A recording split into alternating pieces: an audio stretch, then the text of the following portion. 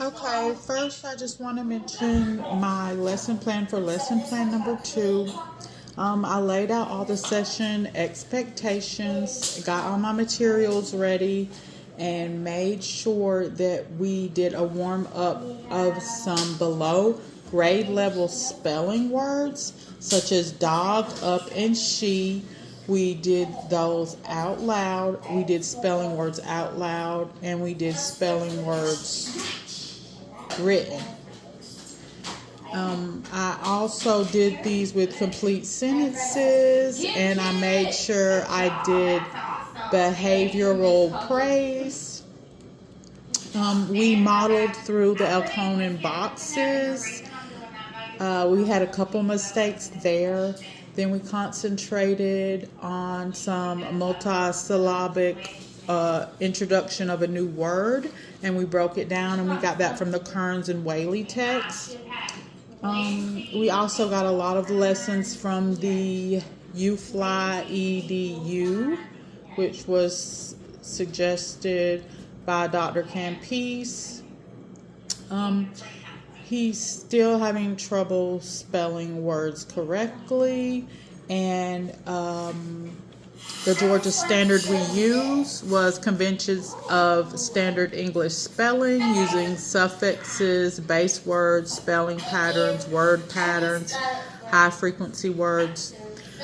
He didn't have that much trouble trying to detect sounding out words, but he's still having trouble spelling words. After doing an IXL lesson, though, he was easily able to immediately spell the word. Okay, he also seemed to enjoy doing IXL spelling games. And we did a bunch of scaffolding on prefixes, consonants, vowels, and suffixes.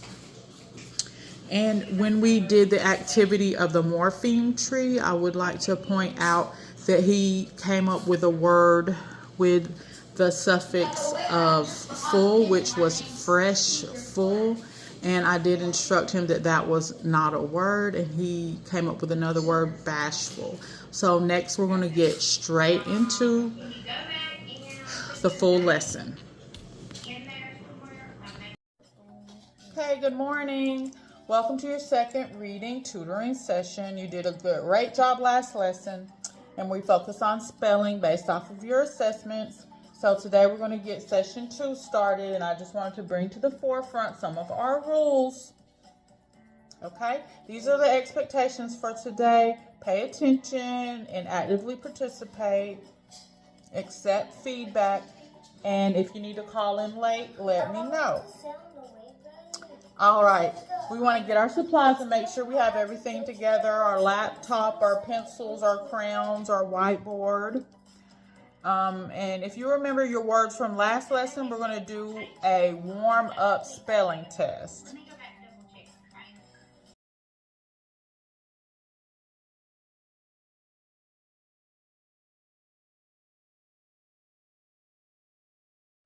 For chef, CAFT.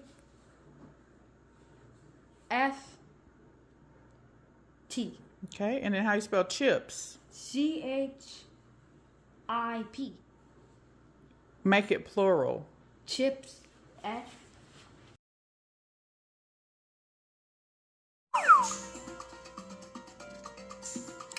Remember.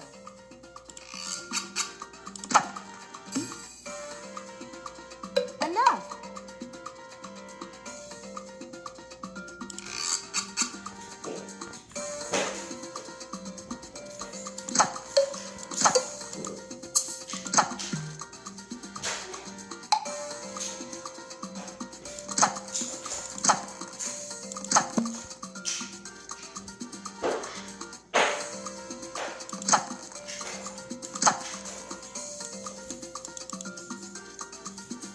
Enough. Okay, you completed your IXL spelling game. And next I'm going to show you how to do the Elkonin boxes and show you some silent letters. Then we'll insert those on the whiteboard. Do you know any words with silent letters? Yeah. Like what word would have a silent letter? Phase. Phase, like, yeah, that's right. Very good. Alrighty. You've never been to school. You can't see any of the paperwork.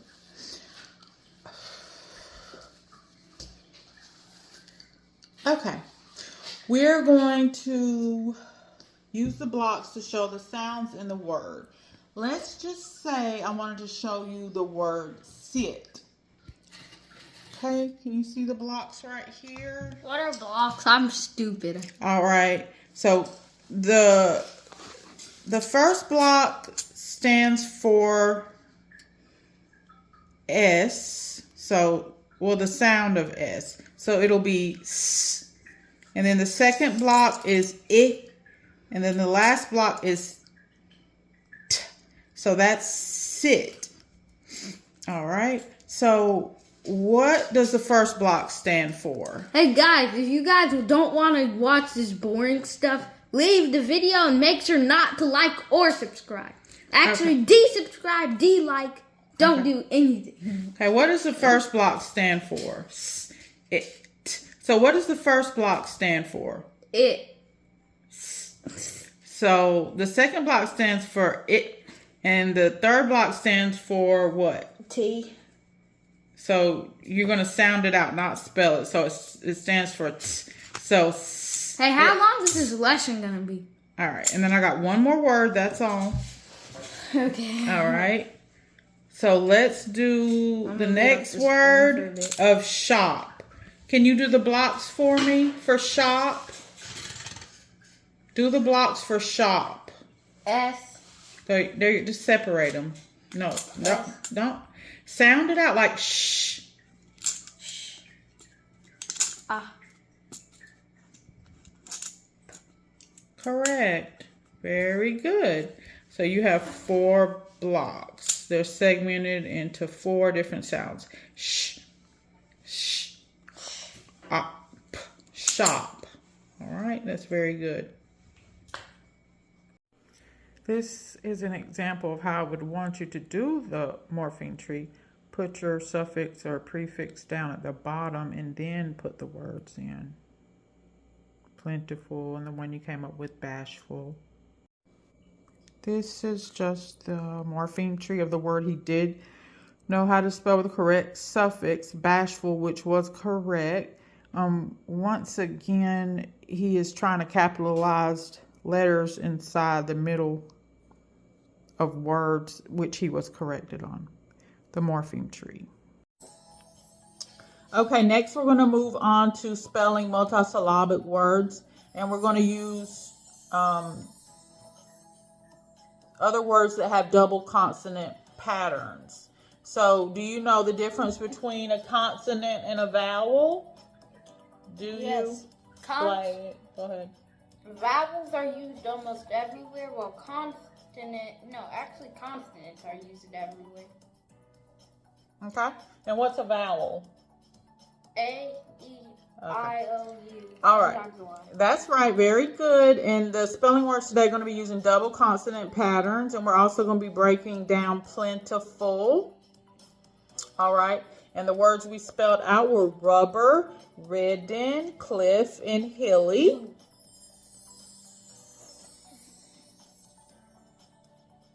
All right, and I see that you spelled cliff correctly, but you capitalized the L, and we make sure we put capitalization only at the beginning of words, not in the middle. That's fine. You did a good job. All right. And next I'm going to let you do the Elkonin box on your own, and then we'll watch the IXL spelling lesson.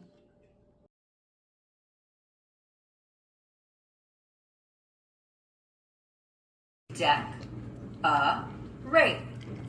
Decorate. There are 3 vowel sounds in this word. A. So there are 3 syllables. Let's try some more words together. This is Alrighty, and this is after Luke's IXL challenge. He was able to successfully read and spell, uncover, and reread. He was then instructed on an Elkonin box for double consonants, or any word in his spelling test is going to be double letter. So he was instructed out loud to spell rubber, riding, hilly, and cliff. He did spell cliff correctly, except for he capitalized the L. He was then given the multisyllabic word plentiful, and we went through and broke that down. Then he was instructed to spell plentiful and did not spell it correctly. So then he was instructed to come up with another word with the suffix full. He was able to come up with bashful. Then he proceeded in making a morpheme tree on that. First, I'm going to give you some examples on how to use your Elkonin boxes. You're going to sound it out, but here I'm going to show you some with silent letters. So to spell own, you want to put your silent letter in the box right here. If you want to spell knit, put your silent letter in the box right here. If you want to spell light, put your silent letters together. Light. And this should help you get started. Your E is silent here. K is silent here. Break down the sound and spell the word chest right here. Chest.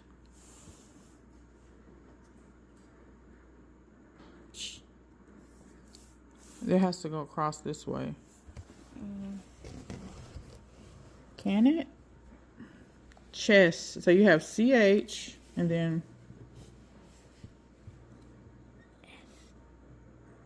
right here. You have to break it down into 1, 2, 3, 4. All right, now you need to break down the start from here. Break down the word chips. What do you have? CH. Ip.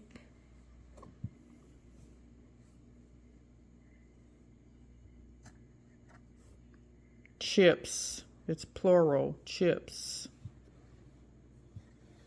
Put an S. Okay, that's good. So how did you spell chest?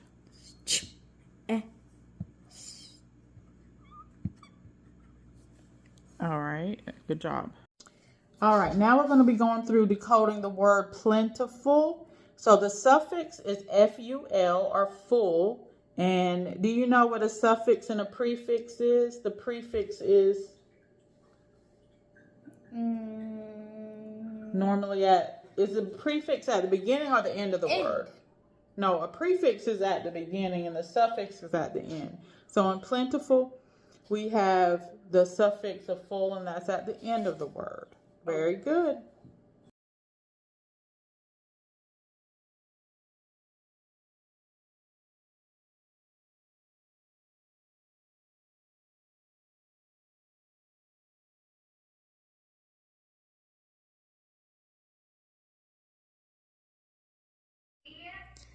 Edited for clarity is the actual spelling test given out loud.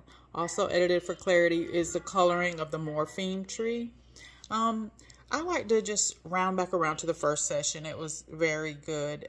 He had noticeable improvement in spelling compared to his initial assessment. In his initial assessment, he spelled 9 out of 10 words incorrectly. He has struggled with spelling in the past. I have been trying to correct his handwriting because he is tracing up instead of tracing down. We really want to focus more on multisensory activities and regular review of spelling words prior. And I would also like to point out that the student does read text that he's interested in, more or less so not educational texts, more like Diary of a Wimpy Kid are some of his favorite books. After also watching the Big Words podcast, I learned that I was not supposed to be doing rainbow writing and it was discouraged. So we tried to change that up. I did not specifically notice any type of things that would like specifically point to dyslexia, as was mentioned in the Kearns and Whaley text. Let's see. I was also very impressed about how IXL would separate the words and then use it in a sort of game, and then right after he was able to spell those words correctly. Let's see. So for lesson number 3, I just want to reflect back on the same words he keeps spelling wrong each week. We'll go back over rubber, riding, and hilly.